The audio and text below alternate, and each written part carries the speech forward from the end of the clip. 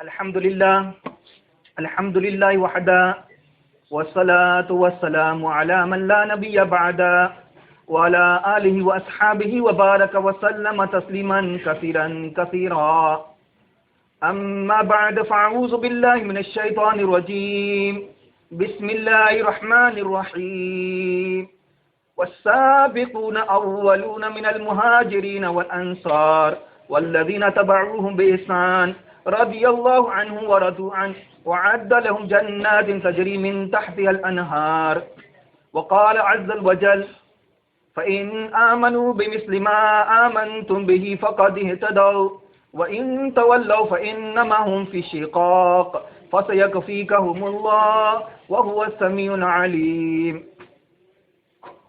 بزرگان محترم بھائیو، عزیز ساتھیو، اللہ رب العزت نے پوری انسانیت کو راہ دکھانے کے لیے اور پوری انسانیت کو کامیابی کی راہ بتانے کے لیے اور پوری انسانیت کو اللہ کی رضا، اللہ تعالیٰ کیا چاہتا ہے، اللہ کس چیزوں سے نفرت ہے نہیں چاہتے، اور اللہ تعالیٰ جن اعمال اور جن چیزوں کی وجہ سے انسانیت کو جنت دینے کا اعمال ہے، جن اعمال اور بد کی وجہ سے اللہ تعالیٰ لوگوں کو جہنم دینے والا ہے، ان تمام چیزوں کے علم، ان تمام چیزوں کے پہچان کے لیے اللہ رب العزت نے انبیاء علیہ السلام کی سلسلے کو امت کے درمیان مبعوث فرمایا، اور ان انبیاء علیہ السلام پر اللہ کی طرف سے وحیدیں آتے رہیں، اور وحیدوں کے ذریعے سے انبیاء علیہ السلام نے جو علم، جو چیز معلوم ہوا، اس کو امت کے افراد کو سمجھایا، بتایا، کر کے دکھایا.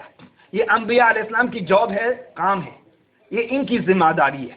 اور انبیاء علیہ السلام جب آئے تو اللہ تعالیٰ نے ہر انبیاء کے ساتھ ایک ایسے مومنوں کی، ایمان لانے والوں کی ایک جماعت کو عطا فرمایا. کیوں؟ ہر آنے والے انبیاء دعوت دیتے رہے، دین کی خدمت کرتے رہے، لیکن ان کے پوری کی پوری امت، ان کے پوری کی پوری قوم ان پر ایمان نہیں لائی. کچھ ایمان لاتے ہیں تو کچھ انبیاء علیہ السلام کے ساتھ دشمنی کرنے والے بھی ایک افراد ہوتے ہیں، ایک قوم ہوتی ہے. اس لیے اللہ تعالیٰ نے جن لوگوں کو انبیاء علیہ السلام کے ہاتھوں میں ایمان لانے کی نصیب دی، وہ امت کے سب سے بہتر اور سب سے افضل جماعت ہوتی ہے.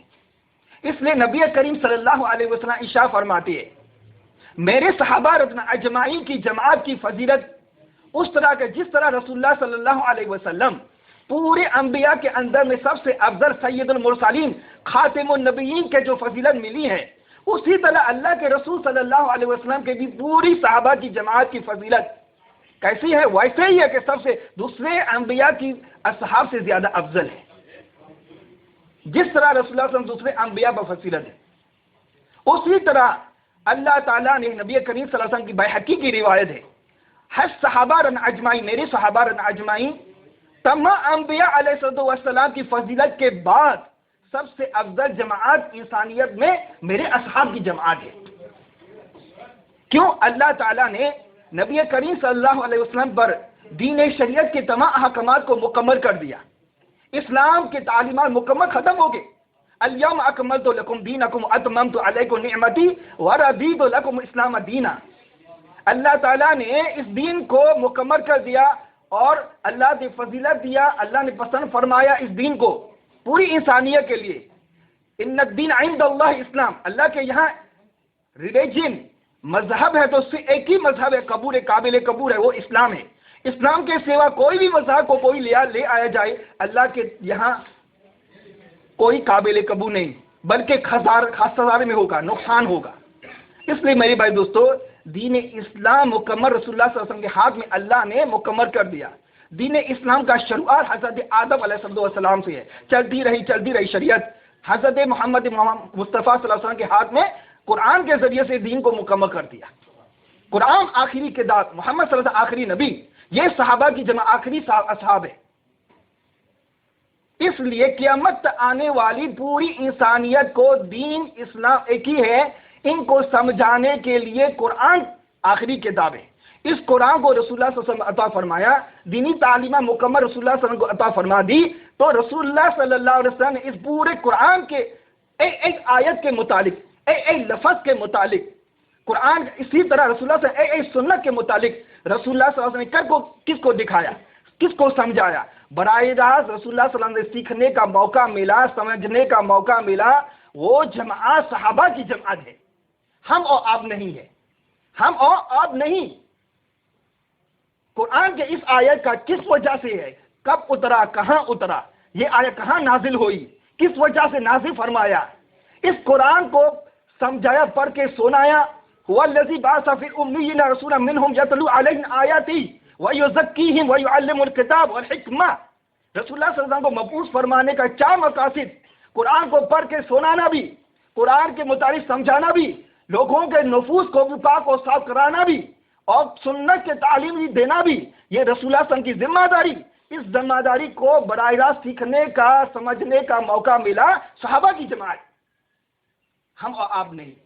لہذا صحابہ وہ جماعت ہے پوری قیامت تک آنے والی انسانیت اور رسول اللہ صلی اللہ علیہ وسلم کے درمیان واسطہ ہے۔ صحابہ کے تھرو سے قیامت تک آنے والے انسانیت اسلام کو سمجھ سکتے ہیں، قرآن کو سمجھ سکتے ہیں، اس رسول اللہ صلی اللہ علیہ وسلم کی سنت کو سمجھ سکتے ہیں، عملی نمونہ کو سمجھ سکتے ہیں۔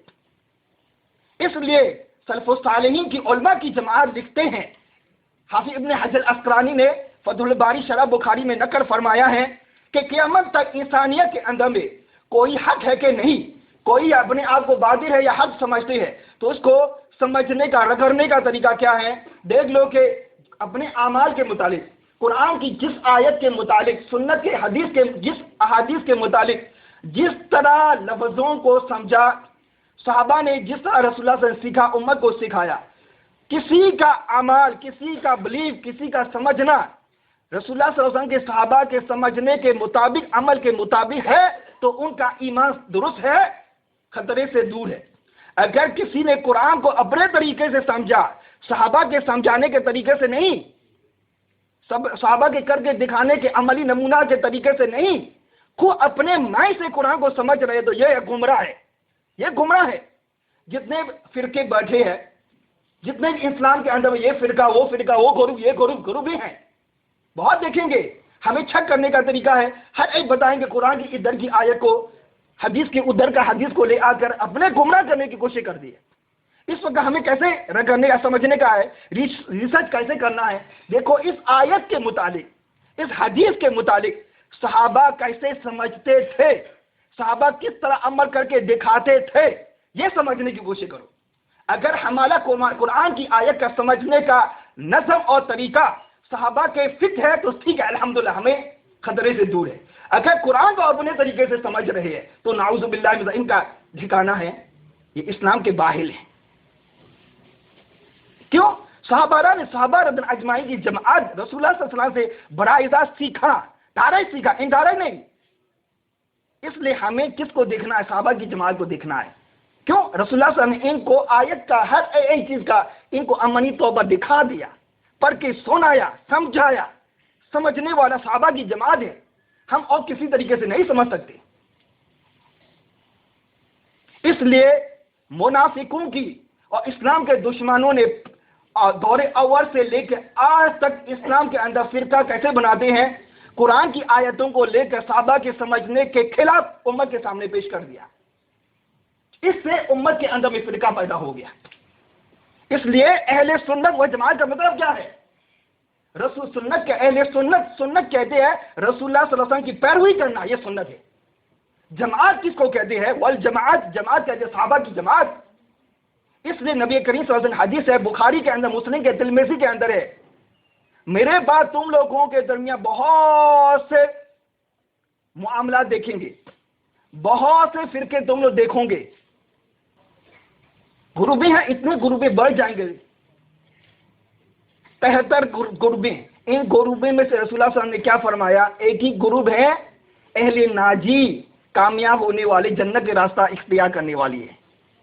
باقی سب جماعتیں کفر ہے، جہنمی ہے، چاہے وہ اپنے آپ کو مسلمان کہتے، مسلم کہتے رہو۔ مسلمان کہنے سے مسلم نہیں ہوتا، ایمان والے کہنے سے ایمان والے نہیں ہوتا۔ دیکھنا ہے کہ کس طرح کو قرآن کو مانتے ہیں، کس طرح رسول اللہ صلی اللہ علیہ وسلم کے بدائے ہوئے لائے ہوئے دین کو اس طرح مانتے ہیں کہ نہیں مانتے، یہ اصل چیز ہے۔ اس لیے میری بات دوستو، نبی کریم صلی اللہ علیہ وسلم صحابہ نے پوچھا یا رسول اللہ 73 گروپوں میں سے ایک ہی گروپ ہے جنت میں جانے والی جماعت، وہ اس کا پہچان کیا ہے؟ تو رسول اللہ صلی اللہ علیہ وسلم نے فرمایا جس پر میں ہوں، جس چیز پر میں ہوں اور میرے صحابہ ہیں۔ جس چیز پر میں ہوں تو کہنے کا مطلب کیا ہے؟ رسول اللہ صلی اللہ علیہ وسلم جس چیز پر ہے وہ سنت ہے، میرے صحابہ کون ہے؟ جماعت ہے، اس لیے اہل سنت جماعت کہا گیا ہے۔ وجوہہم قرآن کی آیت کے متعلق حضرت عبداللہ بن جابر رضی اللہ عنہ کی روایت ہے، قیامت کے دن چند لوگوں کے چہرے روشن ہوں گے۔ تو حضرت عبداللہ بن جابر کی روایت ہے، صحابہ نے پوچھا رسول اللہ کن لوگوں کے چہرے قیامت کے دن روشن اور منور ہوں گے؟ جواب فرمایا اہل سنت والجماعت۔